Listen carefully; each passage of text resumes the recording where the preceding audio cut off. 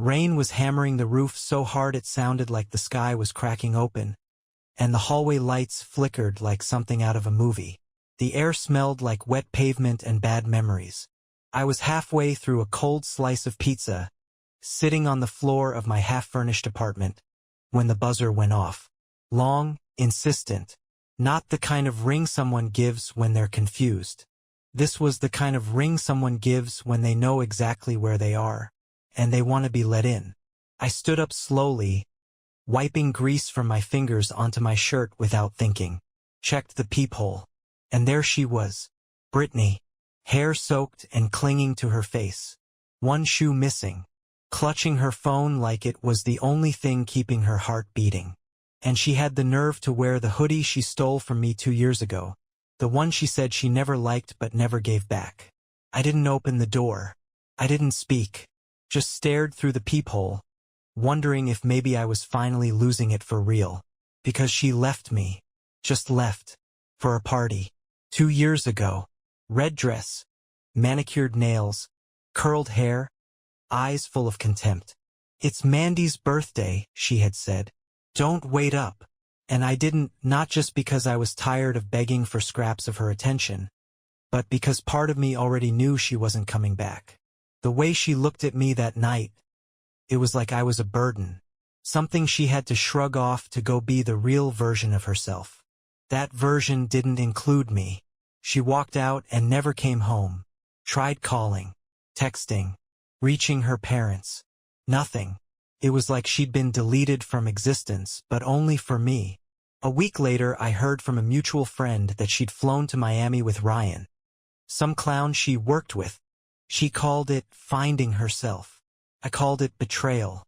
I moved 3 states over, changed jobs, sold everything, went dark.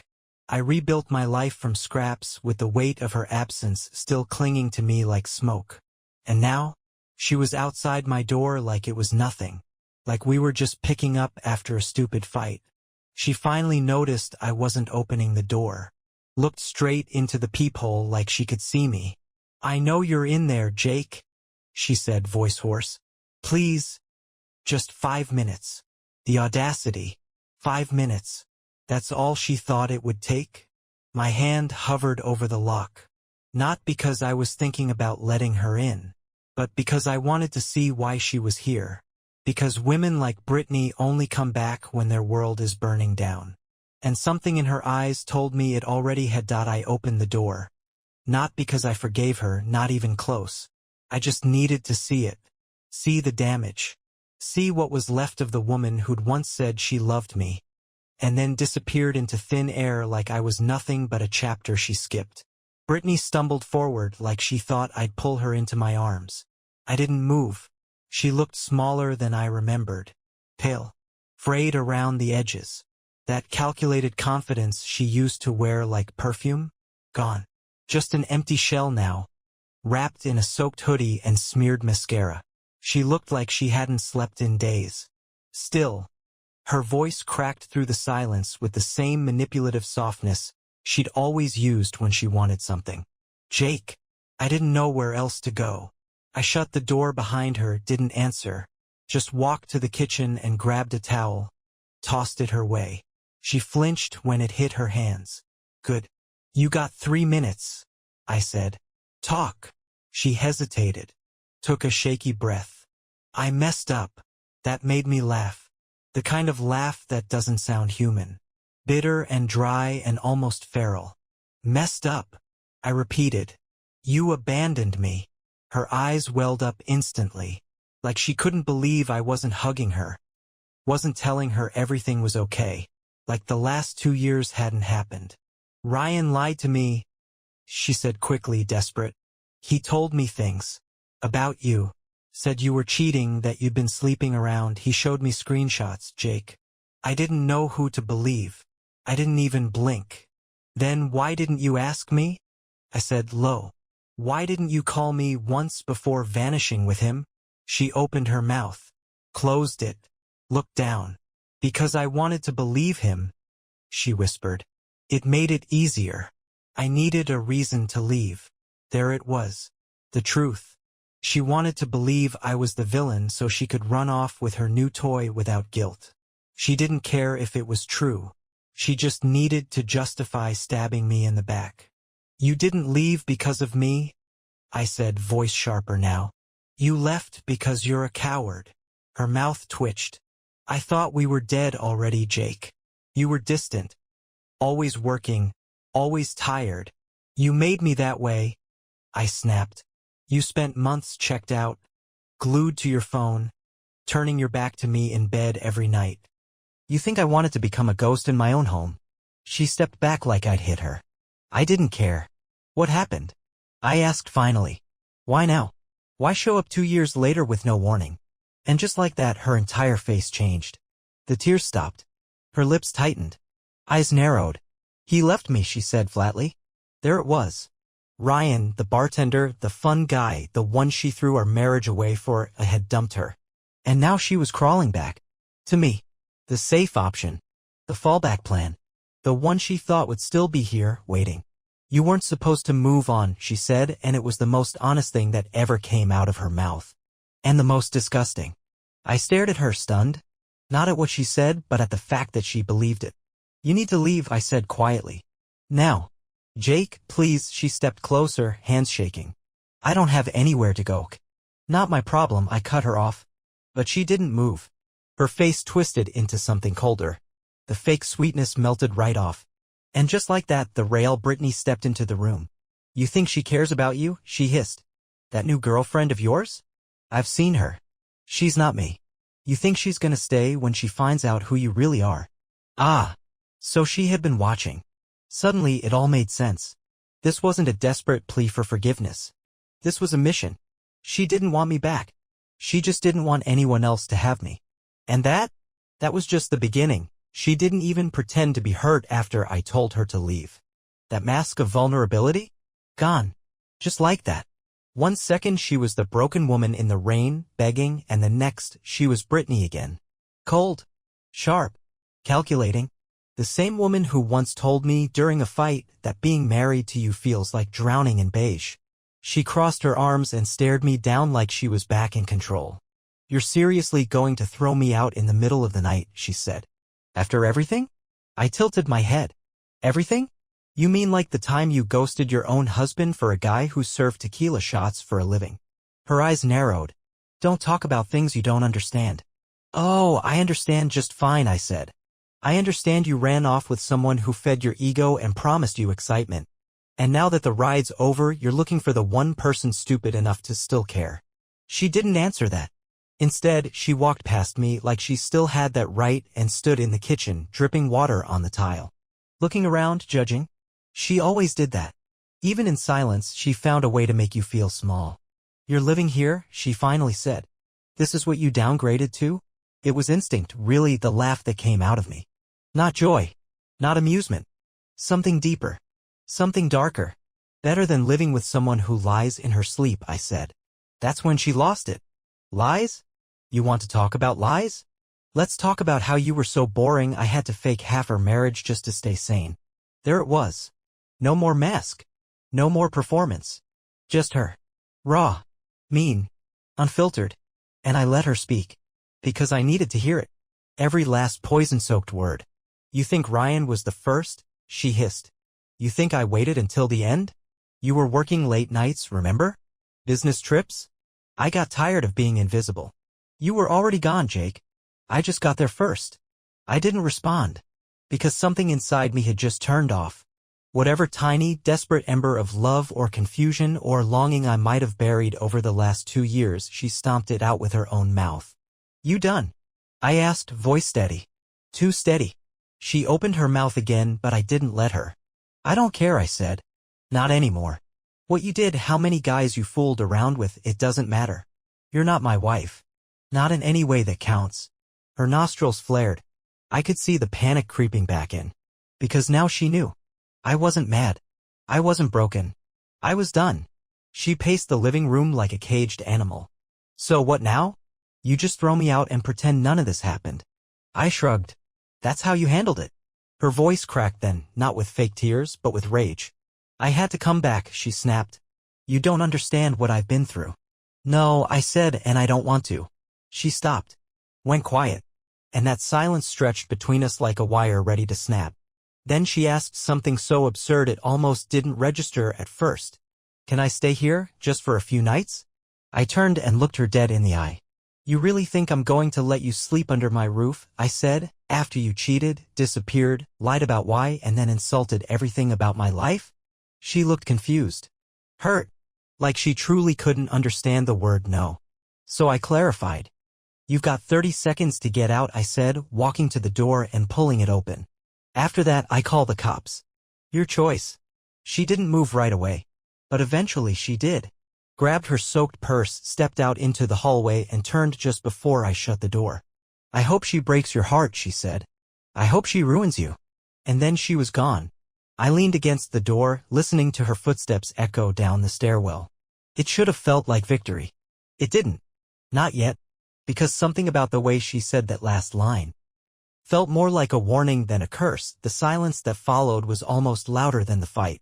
I stood in the middle of my apartment, her scent still hanging in the air like a fog I couldn't clear. That floral one she used to wear when she wanted to be noticed, sweet, sharp, artificial. I locked the door. Deadbolt. Chain. Like it could keep her words out. But they stuck. I hope she ruins you. It echoed in the back of my mind long after she was gone. And not because I believed her. Not exactly. It was the way she said it, like she knew something I didn't. Like she'd seen something I hadn't. It took me a full hour to calm down. I showered. Changed clothes. Sat back on the couch with a glass of water I didn't drink. And then I did something I knew I shouldn't. I checked Claire's messages. She was the woman I'd been seeing for almost 7 months now. A nurse, smart as hell, calm, no drama. We met through mutual friends.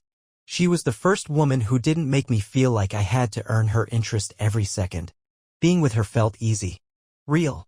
But now I had Brittany's venom swimming through my veins and I needed to see something. Something solid. Something pure. The texts were normal. Sweet. A couple of memes. One message from earlier that night. Can't wait to see you this weekend. I miss you. I breathed out. Let myself relax.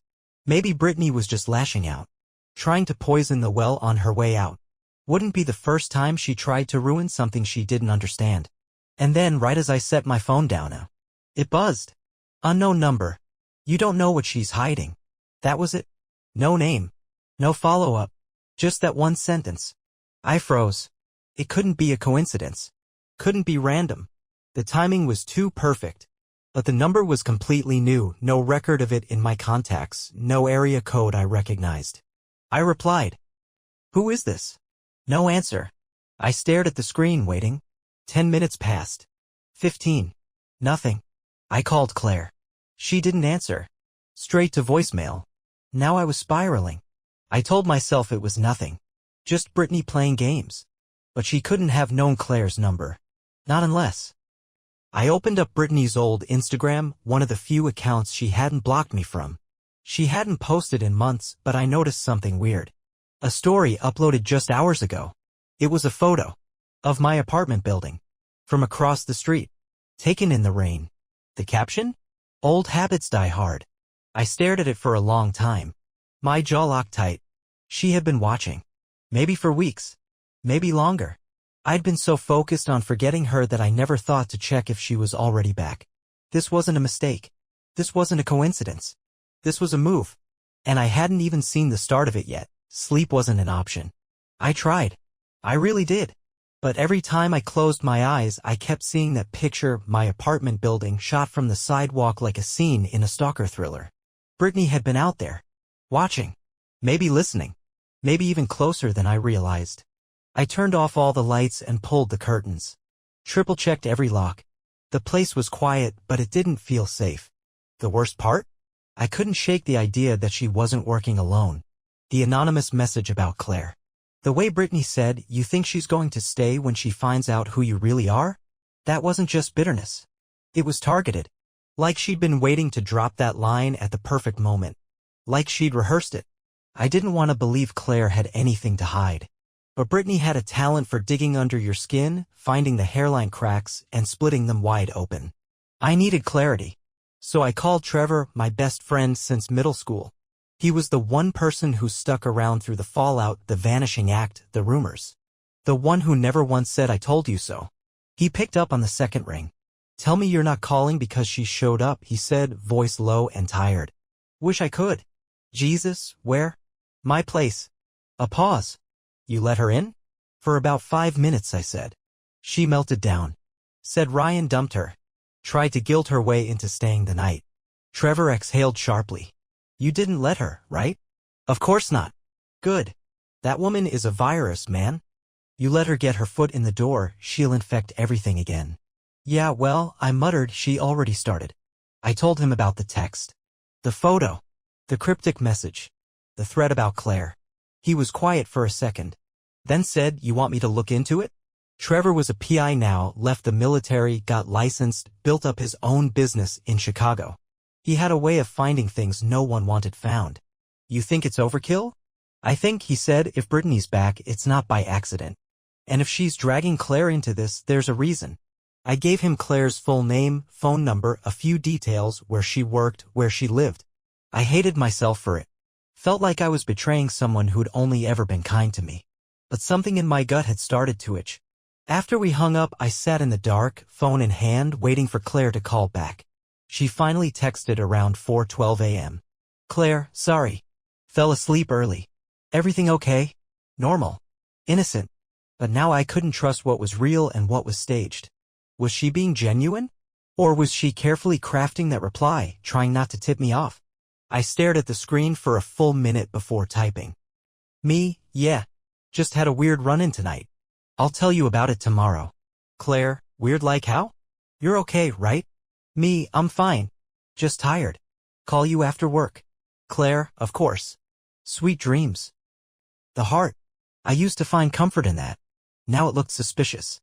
Like a signature on a forged check. That's what Brittany had done to me. Warped my brain until I couldn't tell love from manipulation. And I was only just beginning to see how deep this thing was going. The next morning, Trevor sent me a name I didn't recognize. You need to ask Claire about Tyler Hayes. That's all I'll say for now. I stared at the message like it was a grenade. Because I didn't know a Tyler. But apparently, Claire did. The name wouldn't leave my head. Tyler Hayes? 2 words. That's all Trevor gave me. No context, no story. Just a name, like a key tossed onto a table right before someone walks out of the room and locks the door behind them. I Googled it, of course. There were hundreds. Athletes. Lawyers. A jazz musician from Oregon. But none of them seemed connected to Claire. Not that I could tell. And that's when I realized I didn't want to be that guy. The one who stalks his girlfriend's online life because his ex decided to kick open a door she had no right to even knock on.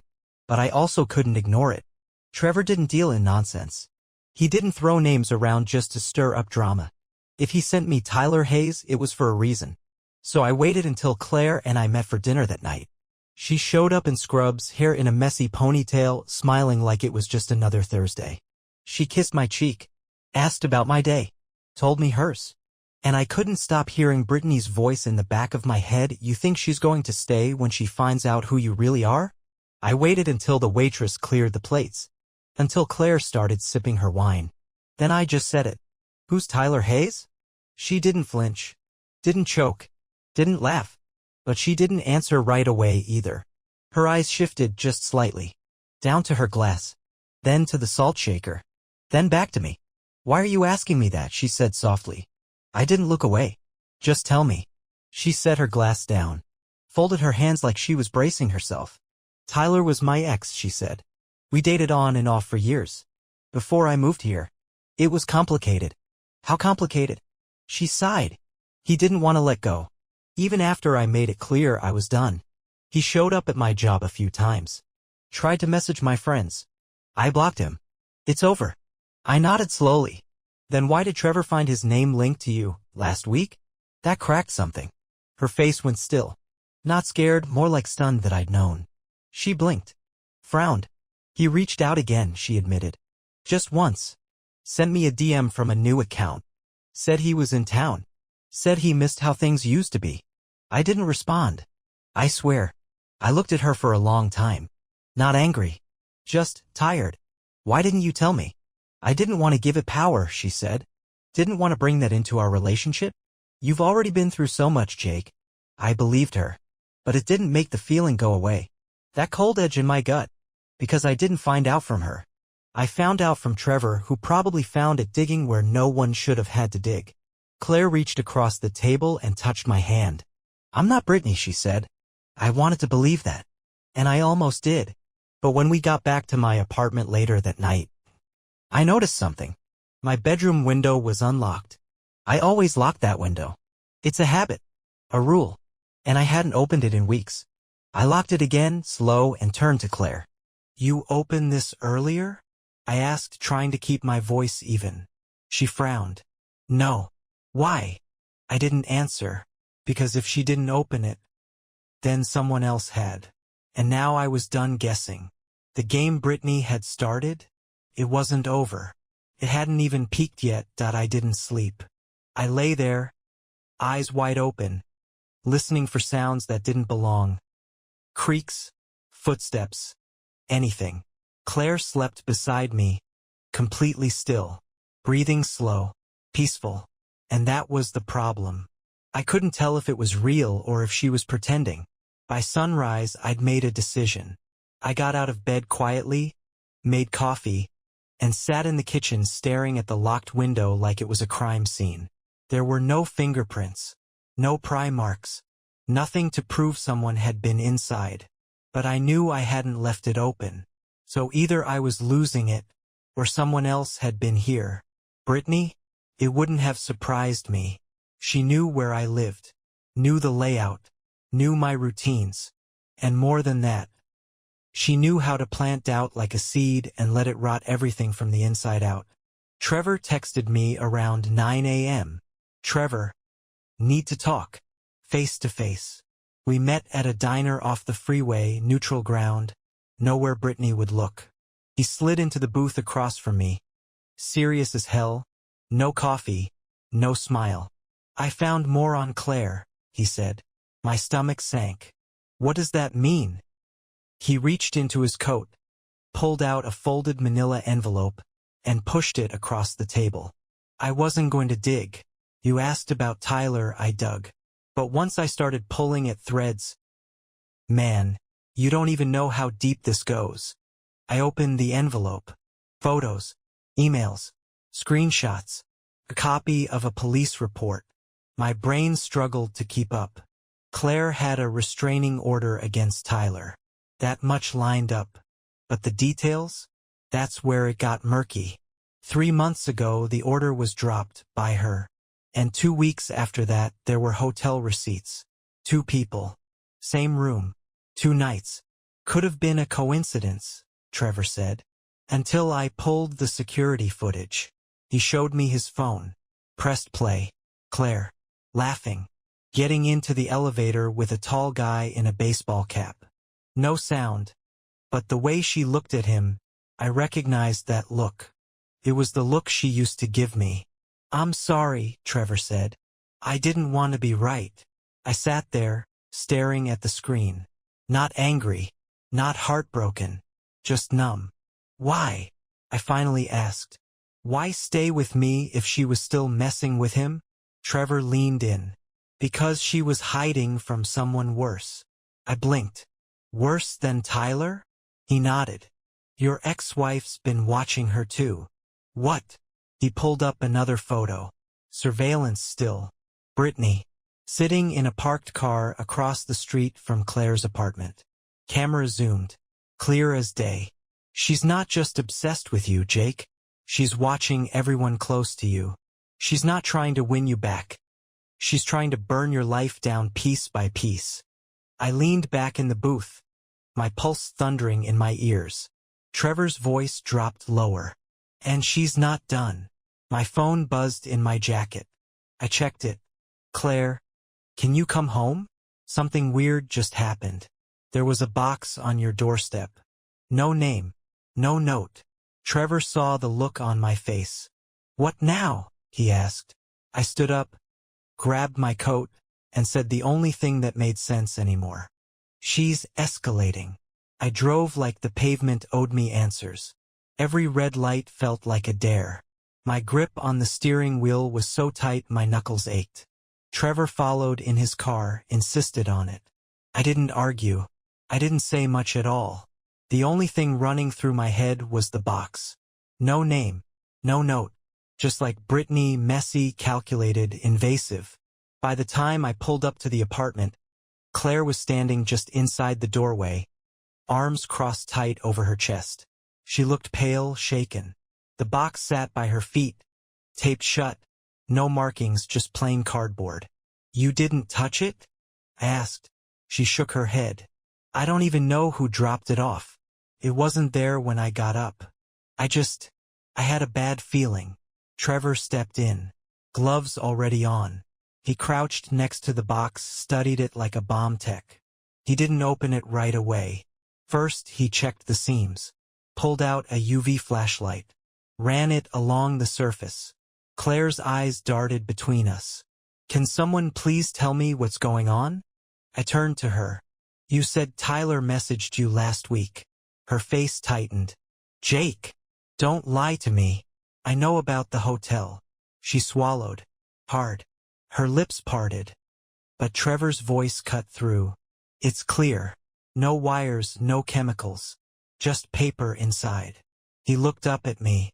You wanna open it? I didn't want to, but I had to. I crouched down, took the box, and slowly peeled the tape. Inside, a stack of printed photos. Dozens of them. Claire and I, walking, laughing, eating dinner on the patio 3 weeks ago. Me at work. Claire at her apartment. Claire kissing me goodnight outside the building. Zoomed in. Clear angles. And then, photos of me asleep. In bed. My bed. Photos from inside the apartment. Claire gasped, stepping back, hand covering her mouth. Oh my God. Trevor stood behind me silent. Watching. Calculating. At the bottom of the stack was one last photo. Claire.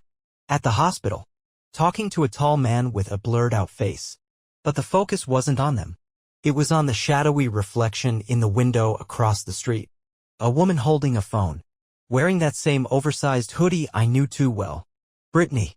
Tell me, I said quietly to Claire, how long have you known she was watching? Claire looked at me like I'd stabbed her. I didn't. I swear. I didn't know it was her. I thought maybe it was Tyler. Maybe? I said. You thought your abusive ex and my psychotic ex-wife were interchangeable threats? She said she wanted to meet me. Claire suddenly snapped, tears forming. I didn't know it was her until I saw her face. She said her name was Lisa. She said she used to know you. I staggered back like the words had punched the air out of my chest. She met you. Claire nodded, ashamed. Only once. She said you were complicated.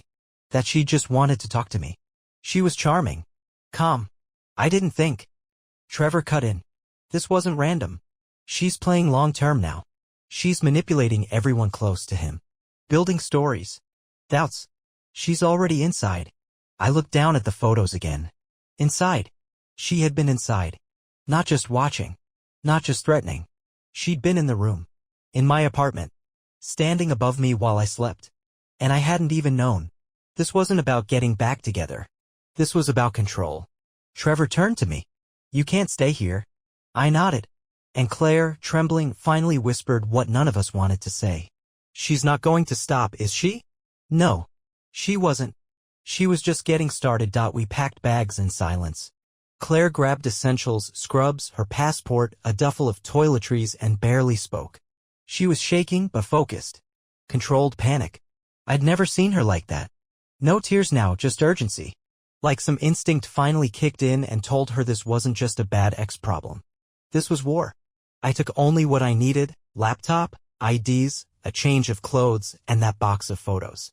Because I was going to hand those to someone. Police? Lawyer? Didn't matter. Someone real. Someone who could stop this before Brittany's twisted games became something worse. Trevor stood at the door like a bouncer, watching every hallway shadow, hand under his jacket like he was carrying. Maybe he was. I have a place, he said. West side. Top floor. Secure garage. No name on the mailbox. We'll regroup there. Claire nodded. And then my phone buzzed. Blocked number. Trevor's hand moved instantly. Don't answer it. But I did. because I already knew who it was. Hello? I said. The voice on the other end was calm. Crisp. Too cheerful. Leaving already? Brittany purred. You always were good at running. I said nothing. You should have invited me in, Jake. It's not polite to shut someone out, especially someone who knows all your little routines. Why are you doing this? There was a pause. Then a soft, amused chuckle. I gave you a chance, she said. I came to your door. I asked to come in. But you just had to play the good guy, didn't you? You just had to push me out. And now you're clinging to someone who lies to your face. That's cute. You're sick. No, baby, she whispered, I'm committed. Big difference. I nearly crushed the phone in my hand. Whatever you think this is, whatever delusion you've built up in your head, it's over. I'm done being afraid of you. Another pause. Then she said something that turned my blood cold. Afraid of me? Oh, honey. You should have asked Claire what she told me that night, when she thought I was her new friend. She's not your victim, Jake. Neither of us are. You're the project. The line went dead. Trevor grabbed the phone from my hand, trying to trace it, but it was pointless. Burners, spoof apps, Brittany had always been good with tech. Claire looked at me then. Pale. Lips trembling. What did she mean? I asked. What did you tell her? She hesitated. Too long. Claire. She asked about you, she said finally. Asked if you ever got angry. If you had a temper. If you were possessive. I thought she was making sure I was okay. I didn't know who she was. I told her about a fight we had. The one where you shut down and didn't talk to me for a day. That's it? I think so. A pause. I might have said you can be hard to read sometimes. That you keep things in. That you never talk about your past. I stared at her. And realized what Brittany was doing. She was building a case. Not to win me back. To destroy me. To make me look unstable. Angry. Dangerous. She wasn't trying to break into my apartment. She was trying to break into my life and rewrite it from the inside out. Trevor snapped his fingers, snapping me out of it. Let's go. Now. We got in the car and pulled out of the lot. As we turned the corner, I glanced in the side mirror. And that's when I saw it. A car. Same make, same color as the one in Brittany's story. Parked under a dead street lamp. No driver visible. Just waiting. Watching. I didn't say anything. Because we were past warnings now. The next move was mine. Trevor's apartment was tucked behind a dead-end alley and layered in locks. Blackout curtains on every window. Cameras covering every angle. He lived like someone who had seen what people were capable of when they thought no one was watching. It was the first time in days I could breathe without looking over my shoulder. Claire sat on the edge of the couch. Silent. No phone. No distractions. Just her hands gripping each other so tight her knuckles were white. I had questions. She had answers. But none of that mattered right now. What mattered was that Brittany had drawn blood without lifting a finger. And she wasn't done. Trevor stood at the small kitchen counter, scrolling through footage he pulled from cameras he'd quietly installed around my building weeks ago. Just in case. Got something, he said suddenly, turning the laptop toward me. A grainy black and white video played. Time-stamped from the night before last, around 3:04 a.m. Brittany. Hood up. Moving fast. Confident. She picked the lock on the building side entrance like she'd done it before. She had done it before. Then the next clip, my hallway. She paused outside my apartment door. Glanced around. Slipped something from her bag. Unlocked the window from the inside. I didn't move. Didn't speak. But inside, I felt something break. Not fear. Not even rage. Something colder. Something that said, if she's not going to stop, then neither am I. Trevor tapped another key and brought up still shots from the elevator footage. Brittany and a man. Not Ryan. This guy was bigger.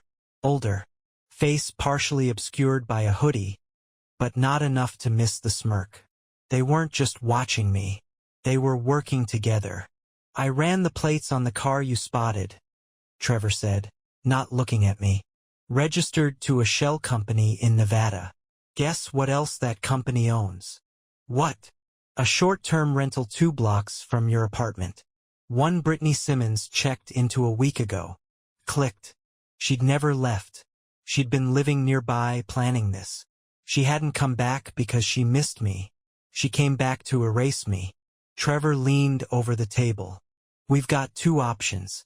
We take this to the cops now, restraining order, maybe a stalking charge if they actually give a damn. Or we pull her into the light. I finished. He nodded. She's strong when she's the shadow, when she's behind the camera, behind the lies, but she doesn't do well when she's exposed. Claire looked up. What are you talking about? I'm saying, I said slowly, we stop reacting, we stop hiding, we make her move. Trevor smiled for the first time in days. Exactly. The plan came together fast. We leaked a fake message. An email thread Trevor mocked up between me and a lawyer, suggesting I was filing charges and subpoenaing surveillance from nearby stores. Then we planted a new camera facing the front of Trevor's building. We waited. Brittany took the bait in less than 24 hours. She showed up just after midnight. Alone. Hood off. Phone out. Pacing. Talking to herself. Trevor patched the mic feed into the laptop. She was ranting. Claire's gonna crack. She always does. She's weak. You just have to push her. Make her think Jake's dangerous. Make her think he's hiding something. He is hiding something. He always has. That man made me invisible. I gave him everything. She stepped closer to the door. I'll get him back. Or I'll burn him to the ground. Either way, I win. That was it. The confession. The unraveling. We had it all on tape. Next morning, we walked into a lawyer's office and handed them everything. Photos, audio, footage, names. By noon, Brittany was served with a restraining order. By 5, she was being questioned for trespassing and stalking. The final blow? Ryan. The one she claimed dumped her? He didn't. He left town because she started showing up at his job after he broke it off. Filed his own complaint weeks ago. She'd burned his life too. The truth collapsed around her like a sandcastle in high tide. I thought I'd feel relief. Maybe some kind of triumph. But mostly, I felt empty. Claire and I stayed at Trevor's a while longer. Talked. A lot. Cleared the air. I didn't know if we'd make it through this, but at least now, everything was real. No lies. No secrets. Brittany? She's gone. Out of my life. Out of my head. But not out of the story. She became the caution tape across my past. The reason I watch people more closely. The voice I'll never trust again. Even if it speaks through someone else's mouth. So here's my advice. If someone leaves you in silence, let that silence grow. Don't chase them. Don't fill in the blanks. Because sometimes, they come back. Not to heal, but to finish what they started.